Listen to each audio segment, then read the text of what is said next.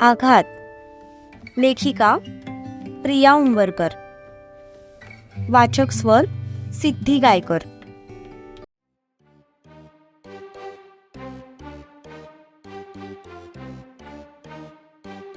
तिला पण रात्रीचं काही आठवत नव्हतं आणि त्याला पण आठवत नव्हतं. त्यामुळे दोघे पण तितकेच शॉक होते. हे बघा, मी अजूनही विचारते, तुम्ही खरं खरं सांगा, तुम्ही मला किडनॅप करून घेऊन आला होतात का? कारण मला चांगलं आठवतंय की मी काल रात्री माझ्या रूमवर माझ्याच बेडमध्ये झोपले होते. मग मी इथे कशी आले? तिने थोडं गोंधळून विचारलं, कारण अजूनही तिच्या मनाची द्विधा मनस्थिती सुरू होती. मला खरंच सांग, तू खरंच खाकी बॅकग्राऊंड मधली मुलगी आहेस का ग? जर मला किडनॅप करून तुला कुठे न्यायचंच असतं तर मी तुला इथे आणलं असतं का? कुठेतरी अज्ञात ठिकाणी नेऊन ठेवलं असतं ना? खरंच कसं वाटतंय ते ऐकायला की मी तुला समोरच्या घरातून किडनॅप करून या घरात घेऊन आलो, जेणेकरून तुझा एसीपी भाऊ पोलीस फोर्स येऊन माझ्या घरात घुसेल आणि मला म्हणेल, हँडसम, तुझी हिम्मत कशी झाली माझ्या बहिणीला किडनॅप करायची? लाईक सिरियसली, जरा आमच्या इज्जतीला शोभतील असे तरी आरोप लावत जा, तो म्हणाला. आणि आता ती खरंच विचारात पडली. मग मी इथे आलेच कशी? आता ती स्वतःशीच म्हणाली. आता ते मला काय माहित. बरं, आता आलीच आहेस तर जा, माझ्यासाठी ब्लॅक टी बनव, डोकं जाम दुखतंय माझं. तो दोन्ही हातांनी डोकं गच्च पकडत सोफ्यावर बसत म्हणाला. ती मात्र शॉक होऊन त्याच्याकडे बघत होती. व्हॉट बघतेस काय माझ्याकडे? जा ना, ब्लॅक टी बनवून आण. मी काय तुमची बायको आहे का अशा ऑर्डर्स द्यायला? मी तर म्हणतोय तू माझी बायको हो, तुझंच आपलं नाही नाही चालू आहे. मी ना तुमच्यासारखा निर्लज्ज माणूस आजपर्यंत कधीच बघितला नाहीये. काय बोलतेस काय? मग एक काम कर, आता माझ्याकडे नीट बघून घे आणि बघून झालं ना की मग चावून चहा करून आण. खरंच डोकं दुखतंय ग माझं. तुला होणाऱ्या नवऱ्याची काही काळजी आहे की नाही? तो परत डोक्याला हात लावत बेडवर बसत म्हणाला. ती मात्र 12 वाजलेल्या चेहऱ्याने त्याच्याकडे बघत होती. इथे अजून लग्नाचा पत्ता नव्हता आणि तो फुल ऑन तिच्यावर नवरेगिरी गाजवत होता. त्याचं खरंच खूप डोकं दुखत होतं, कारण रात्री त्याने नेहमीपेक्षा जरा जास्तच घेतली होती. मध्येच त्याला मळमळण्यासारखं वाटलं. तसा तो उठून वॉशरूम मध्ये निघून गेला. त्याचा आवाज ऐकून तिला मात्र आता त्याची काळजी वाटू लागली. याची तब्येत खरंच बरी नाहीये का? ती बाहेरूनच अस्वस्थ आवाजात म्हणाली. शेवटी न राहून ती खाली गेली. अजून आलोकच्या येण्याची वेळ झाली नव्हती, त्यामुळे पूर्ण घरात त्या दोघांव्यतिरिक्त कोणीही नव्हतं. ती किचन मध्ये गेली आणि चहा बनवण्यासाठी सामान शोधू लागली. शेवटी खूप शोधाशोध केल्यानंतर तिला हवं असलेलं सगळं सामान सापडलं. तसं तिने गॅस चालू केला आणि त्याच्यासाठी ब्लॅक टी बनवला. इकडे साहेब उलट्या करून करून बेजार झाले होते. रात्रीची घेतलेली आता डोक्यावर नाचत होती. टॉवेलने तोंड पुसत तो बाहेर आला आणि स्वतःच्या हाताने डोकं दाबू लागला. हे घ्या, त्याला समोरून आवाज आला. तसं त्याने नजर वर करून पाहिलं तर समोर ती ब्लॅक टीचा कप घेऊन उभी होती. थँक्स यार, मला सध्या याची खूप गरज होती, तो कप हातात घेत म्हणाला. नक्की काय होतंय? तिने आता शांत आवाजात विचारलं. डोकं खूप दुखतंय. टॅबलेट नाहीये का घरात? आहे, घेईन नंतर. सध्या चहा पितो. मी जाते माझ्या घरी, ती थोडी अडखळत म्हणाली. खरं तर आता तिचाच पाय तिथून निघत नव्हता, कारण होणाऱ्या अहोंचं डोकं दुखत होतं ना. थँक्स फॉर द टी, तो म्हणाला आणि बिचारीचा चेहराच पडला, कारण ती खरंच अपेक्षा करत होती की त्याने तिला थोडा वेळ थांब म्हणावं.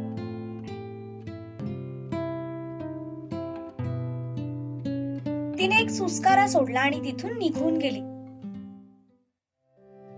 शिवा तसा चहा पीत बाल्कनीत आला. नुकतंच सगळीकडे उजाडलं होतं. सूर्याची कोवळी किरणं सगळीकडे पसरली होती. चहा घेतल्यानंतर त्याला थोडं बरं वाटू लागलं होतं. त्याचा फोन वाजला तसा तो परत आत आला. स्क्रीनवरचं नाव बघून आता त्याच्या चेहऱ्यावर किंचित स्माइल पसरली. हॅलो, तो फोन रिसीव्ह करत म्हणाला. मला सांग, तुला इतक्या दूर जाऊनही माझं सुख बघवत नाहीये का रे? समोरून सूर्याचा रागीट आवाज आला. तशा शिवाच्या कपाळावर आठ्या पसरल्या. ते तर मला तुझ्या जवळ असूनही बघवत नाही. बाकी बोल, काय झालंय काय तव्यासारखं तापायला? तो संपलेला कप बाजूला ठेवत म्हणाला.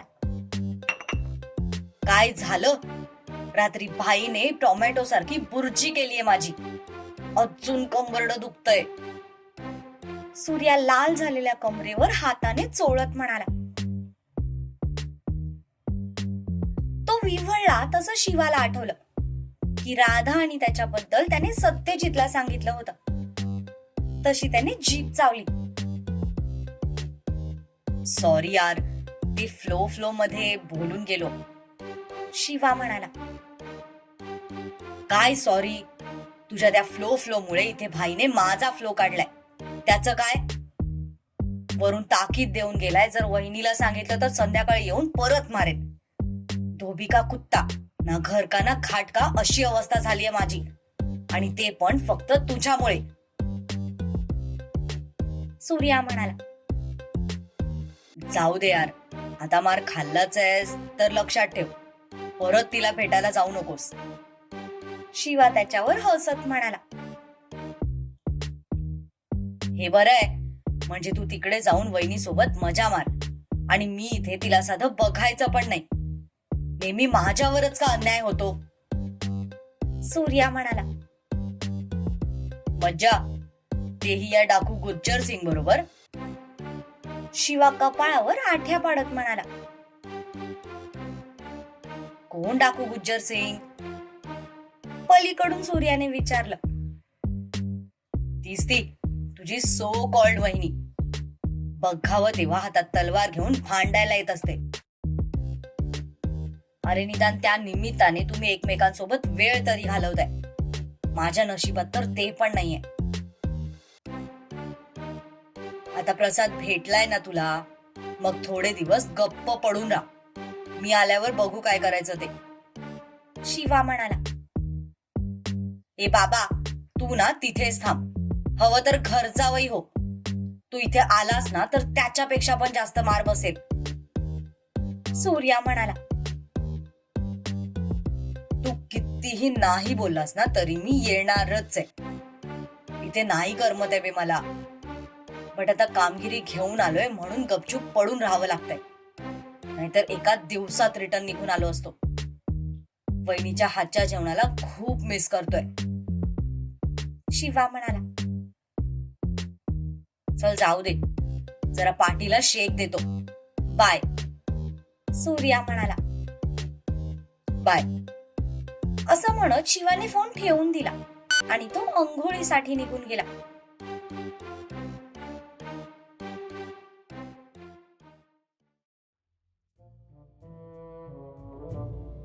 इकडे तारा तिच्या घरी आली तर दरवाजा उघडाच होता. घरात आल्यावरती पहिला आजीच्या रूम मध्ये गेली, कारण आई बाबा घरी नाहीयेत हे तिला माहित होतं. पण त्यांच्या रूम मध्ये गेल्यावर तिला त्या दिसल्याच नाहीत. तिने बाथरूम पण बघितलं, पण त्या तिथेही नव्हत्या. आता मात्र ती थोडी घाबरली. तिने सगळीकडे शोधलं, पण त्या तिला कुठेही सापडल्या नाही. शेवटी ती तिच्या रूम मध्ये आली, पण रूम मध्ये येताच तिला त्या तिच्या बेडवर झोपलेल्या दिसल्या. तशी ती गोंधळली. यार, हे सगळं चाललंय काय? मी माझ्या रूम मध्ये झोपले होते, मग मी माझ्या रूम मधून त्याच्या रूम मध्ये कशी उठले? आणि आजी तिच्या रूम मध्ये झोपली होती, मग आता ती माझ्या रूम मध्ये कशी आहे? हा सगळा नक्की काय गोंधळ आहे? मला वाटलं होतं मी झोपेत चालत गेली की काय, पण मग आजी इथे कशी येईल? तिचं डोकं आता सुन्न झालं होतं. आजी, ए आजी, ती त्यांच्या जवळ जात म्हणाली, पण त्या एकदम शांत झोपलेल्या होत्या. आजी, अगं सकाळ झालीये, उठ आता. तारा त्यांच्या जवळ जात म्हणाली. तसं त्यांनी एक आळस देत डोळे उघडले. किती वेळा सांगितलंय ग तुला की चष्मा घालून नको झोपत जाऊस? ती त्यांच्या डोळ्यावरचा चष्मा काढत म्हणाली. पण ताराचा आवाज येताच त्यांना रात्रीचा प्रसंग आठवला. तशा त्या दचकून उठून बसल्या. त्यांनी तिच्या हातातला चष्मा ओढला आणि डोळ्यांवर चढवला. तिला व्यवस्थित बघून त्यांच्या जीवात जीव आला. तसं त्यांनी लगेच तिला जवळ ओढून घेतलं. टीटू, अगं बरी आहेस ना ग तू? त्या माणसाने काही केलं तर नाही ना तुला? ते तिच्या चेहऱ्यावरून हात फिरवत म्हणाल्या. तशी ती अजूनच गोंधळली. आजी, अगं काय बोलतेस तू? मला कोण काय करेल? आणि कोणत्या माणसाबद्दल बोलतेस तू? तिने गोंधळूनच विचारलं. अगं तोच तो, काय नाव त्याचं? हा, शिवराज पाटील. तो रात्री आपल्या घरी आला होता. असं म्हणत आजीने घडलेली सगळी हकीकत ताराला सांगितली. पण हे सगळं ऐकून तारा मात्र आता भयंकर चिडली. त्याचं डोकं का दुखत होतं हे तिला आत्ता लक्षात आलं. म्हणजे हा माणूस रात्री दारू पिऊन आपल्याच घरात घुसला, आपल्याला उचलून घेऊन त्याच्या घरात घेऊन गेला आणि आपण त्यालाच सकाळी चहा पाजून आलोय. या गोष्टीची जाणीव होताच ती आता खूप चिडली. आजी, तू ठीक आहेस ना ग? तिने विचारलं. हो, मी ठीक आहे, त्या म्हणाल्या. तू इथेच थांब, मी आलेच. असं म्हणत तारा बेडवरून उठली. अगं, आता कुठे चाललीस तू? आजीने विचारलं. एक खूप महत्वाचं काम बाकी आहे, ते करून आलेच. तोपर्यंत तू फ्रेश हो. असं म्हणत ताराने तिचं कपाट उघडलं आणि त्यातून तिने बॉक्सिंग ग्लोव्स बाहेर काढले. आता ही पोरगी काही सोडत नाही त्याला, आजी डोक्याला हात लावत म्हणाल्या. ताराने ते बॉक्सिंग ग्लोव्स हातात घातले आणि त्याच्या घरी आली. लोटलेला दरवाजा तिने लाथ मारून उघडला आणि सरळ घरात शिरली. शिवा नुकताच अंघोळ वगैरे करून खाली आला होता. सर, आज नाश्त्याला काय करू? आलोक किचन मधून बाहेर येत म्हणाला. पण दरवाजात ताराला बघताच तो तसाच स्तब्ध होऊन उभा राहिला. शिवाची पण नजर तिच्यावर गेली. तेव्हा तो सुद्धा थोडा वेळ शॉक झाला. श्लोक, तू थोडा वेळ बाहेर जा. शिवा आलोककडे बघून म्हणाला. मी जातो सर, पण माझं नाव श्लोक नाही, आलोक आहे. असं म्हणत आलोकने हातातला चमचा तसाच तिथे ठेवला आणि बिचारा चुपचाप बाहेर निघून गेला. जाताना दरवाजा लोटून घ्यायला तो विसरला नाही. हे सगळं काय आहे? हा प्रश्न तू मला नाही, मी तुला विचारायला हवा. तारा दोन्ही ग्लव्स एकमेकांवर मारत म्हणाली. पण तिने त्याला अरे तुरे केलेलं बघून आत्ता त्याच्या भुवया उंचावल्या. कारण किती पण भांडण झालेलं असू दे, ती आजपर्यंत त्याला कधीच अरे तुरे करून बोलली नव्हती. तिच्या आवाजावरून ती बरीच पेटलेली दिसत होती.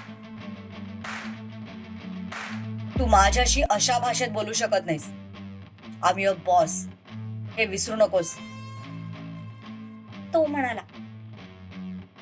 तारा तशीच चालत त्याच्या जवळ आली आणि खुन्नस घेऊन त्याच्याकडे बघू लागली. त्याला मात्र तिच्या नजरेने काहीही फरक पडला नाही. बॉस असशील तिकडे ऑफिस मध्ये, इथे नाही. आणि आता बॉस झाला हा बिल्ली मांजराचा खेळ. खूप झालं, आज एकदाचा फायनल निर्णय होऊन जाऊ दे. असं म्हणत ताराने एक हात जागेवरच गोल फिरवला आणि एक जोरदार पंच त्याच्या तोंडावर मारला. तसा तो 2 पावलं मागे सरकला. आऊच! तो एका हाताने त्याचा जबडा पकडत म्हणाला. कारण तिचा हात खरंच खूप जोरात लागला होता. ती अशी डायरेक्ट अटॅक करेल असं त्याला अजिबात वाटलं नव्हतं. त्याने तिला हलक्यात घेतलं आणि तिथेच तो चुकला. अगं ए, डोकं फिरलंय का तुझं? हा, डोकं फिरलंय माझं आणि ते तू फिरवलंयस. पण समजता कोण रे तुम्ही स्वतःला? पाटील असाल ना तर ते तिकडे कोल्हापूरमध्ये. इथे तुमची दादागिरी खपवून घेतली जाणार नाही. आमचं घर म्हणजे तुमची प्रॉपर्टी नाहीये, कधीही तोंड घेऊन घरात घुसायला. असं म्हणत तिने जोरदार जंप मारली आणि परत एक जोरात मुक्का त्याच्या पोटात घातला.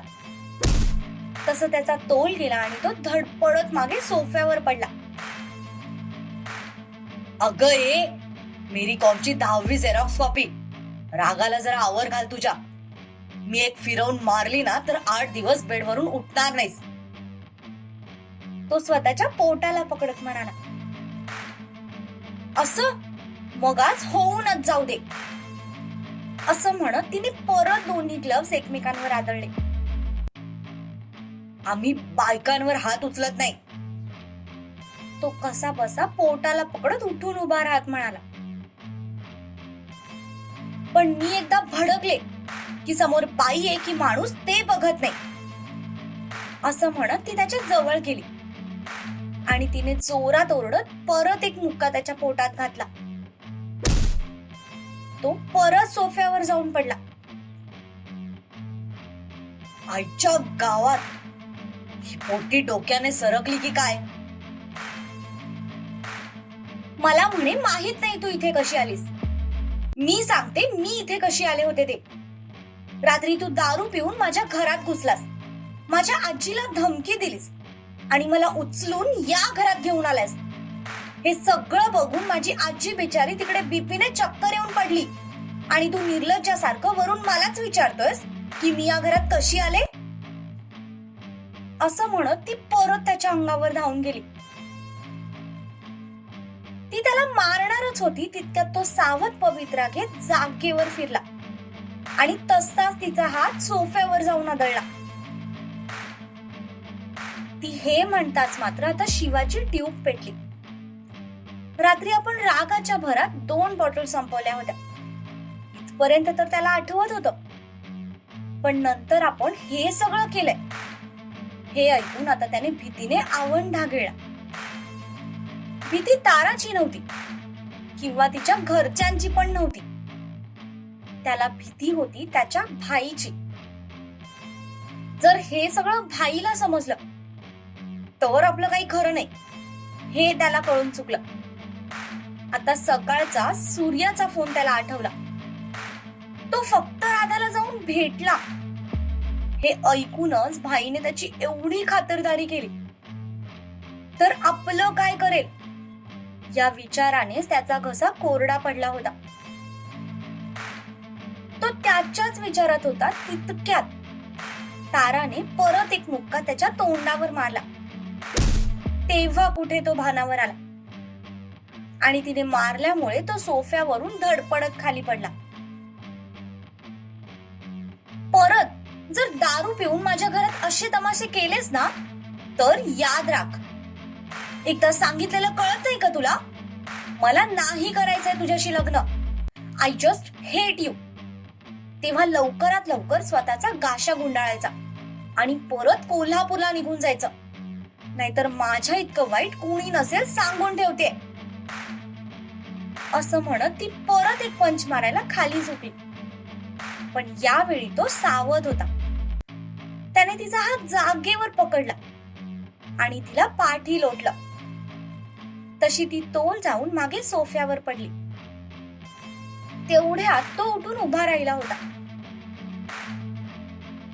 हे चल, तुझं ऐकायला तू काय माझी बायको नाहीस, आणि बायको असतीस तरी मी ऐकलं नसतं. तुझ्या या पोकळ धमक्यांना मी घाबरत नाही. तो हात झटकत उभा राहत म्हणाला, तू कसं ऐकत नाहीस ना तेच मी बघते. असं म्हणत ती परत त्याच्या अंगावर धावून गेली. पण यावेळी तो सावध होता. तिने मारायला उगारलेला हात त्याने हवेतच पकडला. तसा तिने दुसरा हात उगारला. त्याने तो हात पण हवेत पकडला. ती इतकी तापलेली होती की तिचा चेहरा लाल झालेला होता. डोळ्यात जाळ उतरला होता. त्याने हवेतच पकडलेले तिचे दोन्ही हात जागेवर फिरवले आणि तिच्या पाठी नेऊन वळवले. तशी ती पुढे होऊन त्याच्या छातीवर आदळली. त्याने तिचे हात तिच्याच पाठी असे लॉक केले होते की आता तिला जराही हलता येत नव्हतं.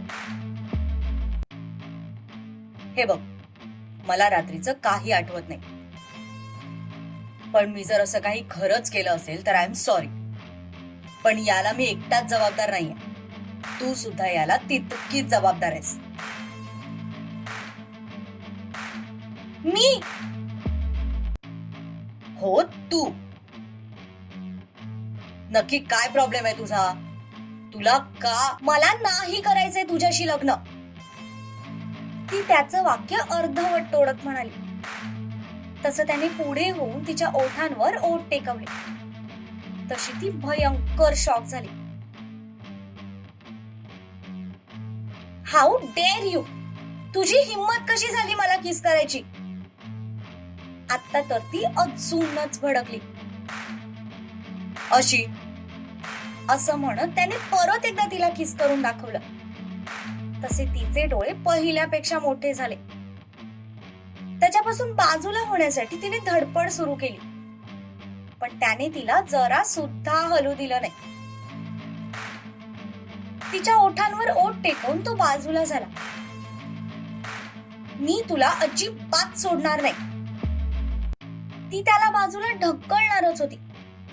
तितक्यात त्याने परत तिला जवळ ओढलं आणि आता परत तिचे ओठ ताब्यात घेतले. पहिल्या 2 वेळेस त्याने फक्त तिच्या ओठांवर ओठ टेकवून तिला सोडलं होतं, पण यावेळी मात्र त्याने तिला किस करायला सुरुवात केली.